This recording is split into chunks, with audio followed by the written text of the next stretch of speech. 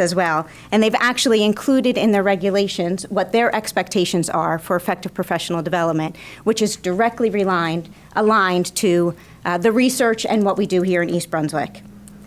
They speak about the value of collaborative teams, job-embedded coaching, and working together on a continuous basis. There are a number of ways that we are enlisting the support of teacher leaders on a regular basis. This summer, there were 117 professional development workshops, and 53 teachers helped to facilitate those workshops alongside their administrators. Just this past week, we had over 1,000 staff members participate in the Staff Development Day, and we had 49 teachers facilitate those workshops alongside administrators.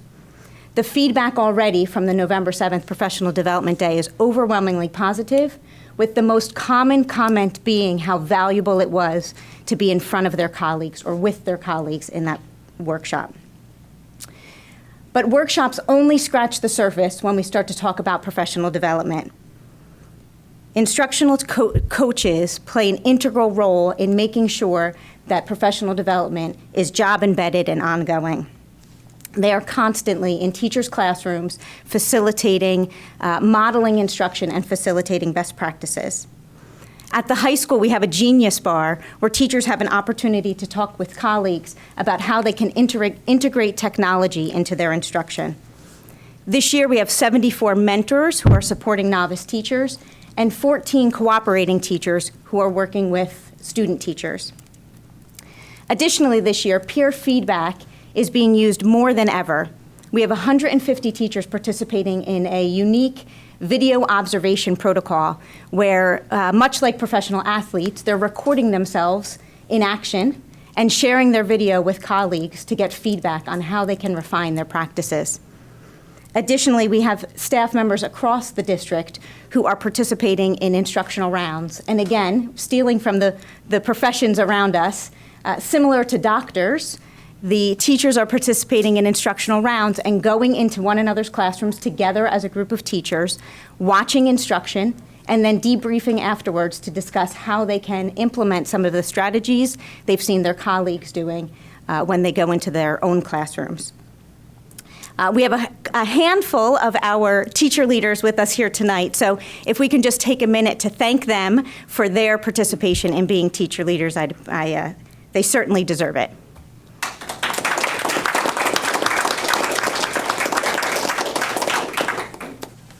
Before we move on, could I just ask a question? Sure. You had mentioned that sometimes several teachers will get together and visit a classroom and then talk about debrief after the class is over. But I'm just curious as to whether or not the students behave differently when there are such a number of adults in the classroom and all eyes appear to be on, their teacher and their activity. And I just wondered, what your impression was of that. So I think that's a great question. The short answer is no. We have some students who are developmentally at an age who could care less about an adult. Right? No matter who it is. And the reality is the instruction that they are watching, that the teachers are going in and watching, is so engaging and so effective that the students could care less about what's happening behind them because they're really into what's happening in front of them. So we have teachers in all the time, and students who are engaged in really quality instruction are not interrupted because of that. Very good. Thank you. Mm-hmm. That actually leads really well into this next slide, which I just wanted to talk about. One of the reasons why the teacher leadership is so important is because teachers are using evidence-based practices right in their classroom, and those examples translate so well to other teachers, far better than when an administrator makes a suggestion, because the illustration, the picture is worth 1,000 words. So when a teacher goes into another room and sees that it worked with kids like her kids, or use technology in a way that made sense, they're really excited about trying an innovative practice when they know they're in a supportive environment, they know how it works, and they have somebody to go back to. They're always trying something new, some evidence-based strategy in order to be able to get there. Our teachers are modeling best instructional practices in all of their work. That is the job of the instructional coach, which we now have at 9 of our schools.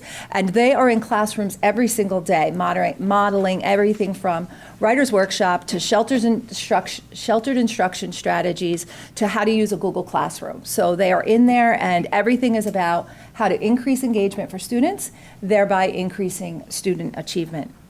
In addition, teacher leaders are serving as mentors where they're in each other's classrooms and they're modeling everything from a classroom management skill to how to keep track of assessment information. In these instructional rounds, which what we're seeing right now is in the beginning, we thought we might have some difficulty with people giving up their free time to go see each other, but they're so excited about seeing each other that they're saying things like, I didn't think I was going to love your bulletin board, but I see how that works for my classroom. I love the way you split up your groups. I'm going to set up my room differently. And the professional conversations that are resulting from that are just really, really awesome. So we know this, the Met Foundation, which was, the Met study funded by the Gates Foundation, which was the big study that started all the conversation on changing evaluation models across the country. All it did was reiterate what other educational researchers knew already, and that is when schools have the opportunity to make an investment, you invest in teacher quality because it is the #1 factor in student achievement. So we're fortunate here because we attract and we recruit and we retain very good teachers, but so much is changing. The content is more rigorous. Technology doesn't look like it did even 5 years ago. Students have different needs, and so just having a great college degree and being the top of your class isn't enough anymore. So taking these risks, we know is going to improve our teacher quality, and teacher leaders have that direct impact on student achievement because they are innovative and they are trying things and they are seeing what works in our classrooms.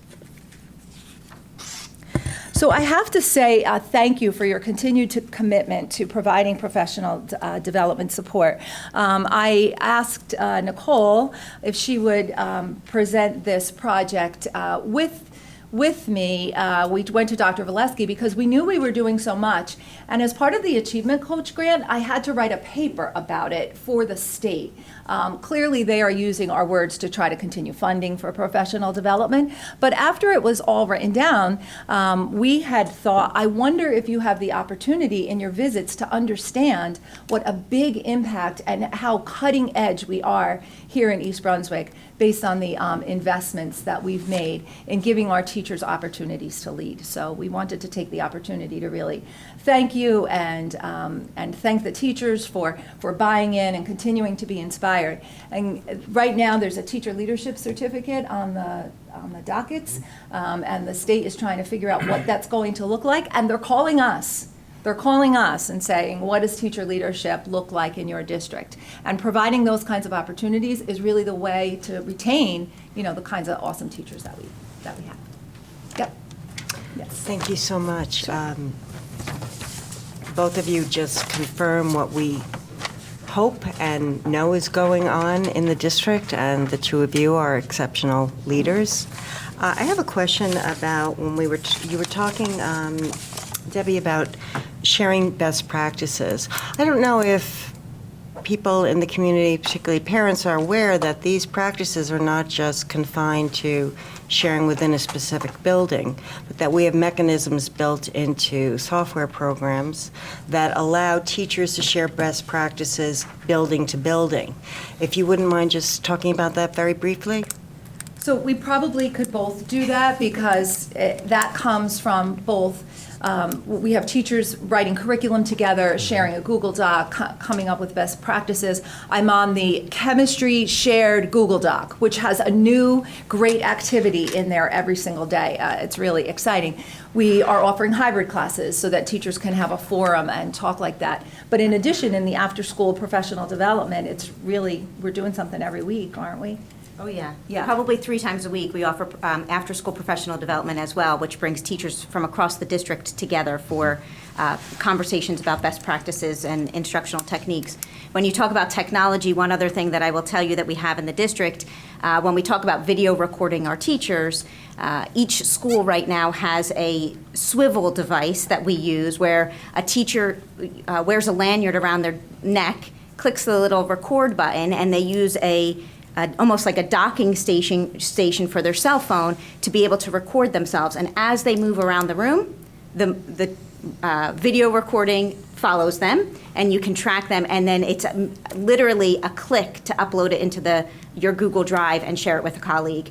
And we have done a lot of that. Last year, John McMenamin video recorded 50 of our teachers who were doing video evaluation, and those teachers shared a clip of what was their best practices, and we have an entire video library now of best practices where a teacher can search and say student engagement in first grade and click on it and watch a 3-minute video on what that looks like, or questioning and discussion techniques in 12th grade and click on a video and see what that looks like. So we have a plethora of opportunities for that. So that's great, because if I was a new teacher, this way I wouldn't have to wait until a formal professional development class or workshop if I wanted to see if I'm confronted with teaching a unit on something in second grade that I haven't done yet. I have a whole library of online resources within my own district to see how teachers across the district are doing it. That's wonderful. Absolutely. We have, one of the things that we did with Achievement Coach grant money is record full lessons, for example, a reader's workshop lesson. And we are calling them, for those of you who remember VH1's pop-up videos, I'm probably aging myself, but we've put into all of those videos little pop-up questions that say, as you're watching the workshop model lesson, notice how the teacher is doing this.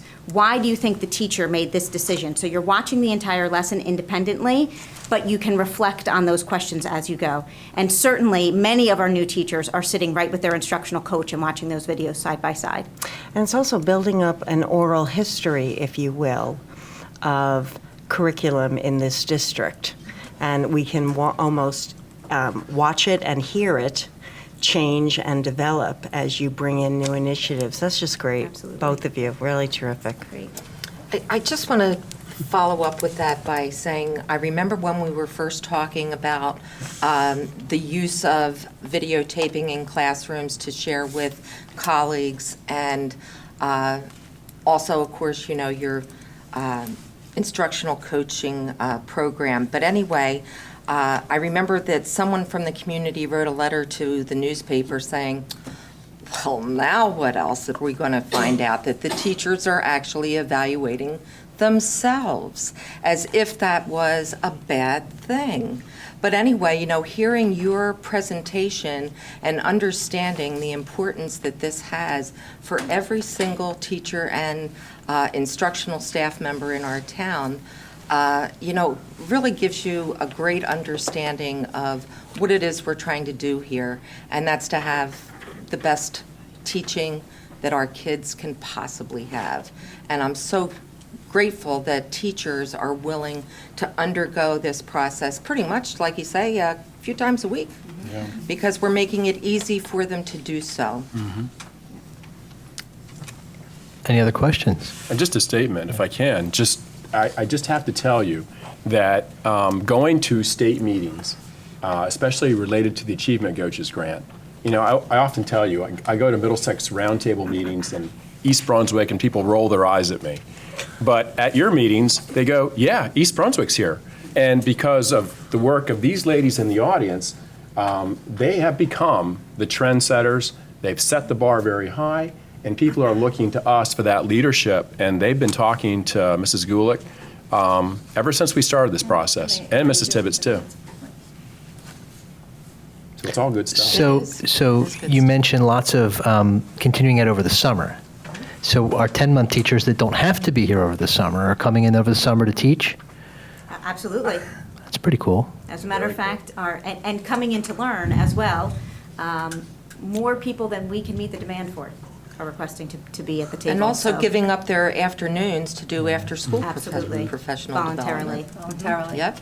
The teachers love to be together because they hear from each other, this worked, I'll send you this, let me show you this. And it's, we knew that when we allowed that video reflection, and I was pretty shook up over that letter as Yeah. well. And when we knew, though, that a professional conversation is completely different than an evaluative conversation. And the more we can foster, the more we're going to grow, and that's exactly what's going on.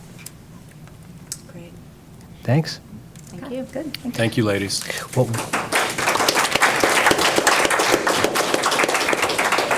Dr. Valesky, while we're on this, let's do a resolution of commendation, and then we can stick Absolutely. with this theme. So may I have the following motion for resolution of commendation, Achievement Coach Content Development Team, 2016 grant recipients. Whereas the New Jersey Department of Education invited school districts to apply to participate in a professional development initiative, and whereas upon applying, East Brunswick Public Schools was awarded one of 6 grants to develop a content module and effective assessments to be delivered to 100 achievement coaches statewide during a summer institute. And whereas East Brunswick Public Schools content development team prepared and delivered 5 hours of training to 100 New Jersey teachers and administrators, which received outstanding feedback and thanks. And whereas East Brunswick Public Schools content development team facilitated the training of more than 50 East Brunswick teachers and administrators who, in turn, led the sessions during the district's November 7th District Staff Development Day, allowing all East Brunswick teachers to participate in the learning. Whereas this accomplishment, a demonstration of the content development team's creativity, experience, and commitment to highly effective assessment practices and quality professional development opportunities, has brought local, state, and national recognition to our schools, the district, and the community. Now therefore be it resolved that the East Brunswick Board of Education recognizes and commends these teachers for this outstanding achievement. Second. Motion by Dr. Cohen, second by Mrs. Shaw. Is there any discussion? All in favor? Aye. Any opposed? Motion carries. Let's give out some Absolutely. This is hardware. Yes.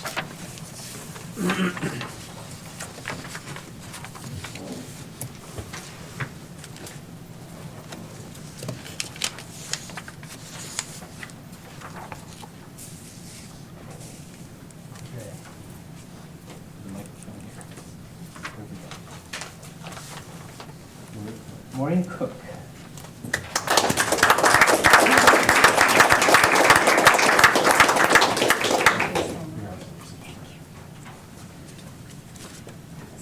Deborah Gulick. All right, thanks. Congratulations. Nicole Mohammed.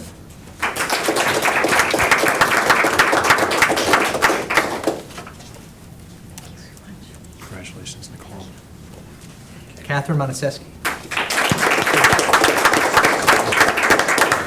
Very nice. Nice to see you. Kay, congratulations. Thank you, sorry, thank you. Well, and also thank you, Mrs. Tibbetts, for your presentation Yeah. today, and Yeah. congratulations. Thanks. Wait. You have to actually stand next to Yes, me. you have to go. I was going to go on the other side. Okay, then go right ahead. I'll take one more. All right, thank you. Good job. Thank you.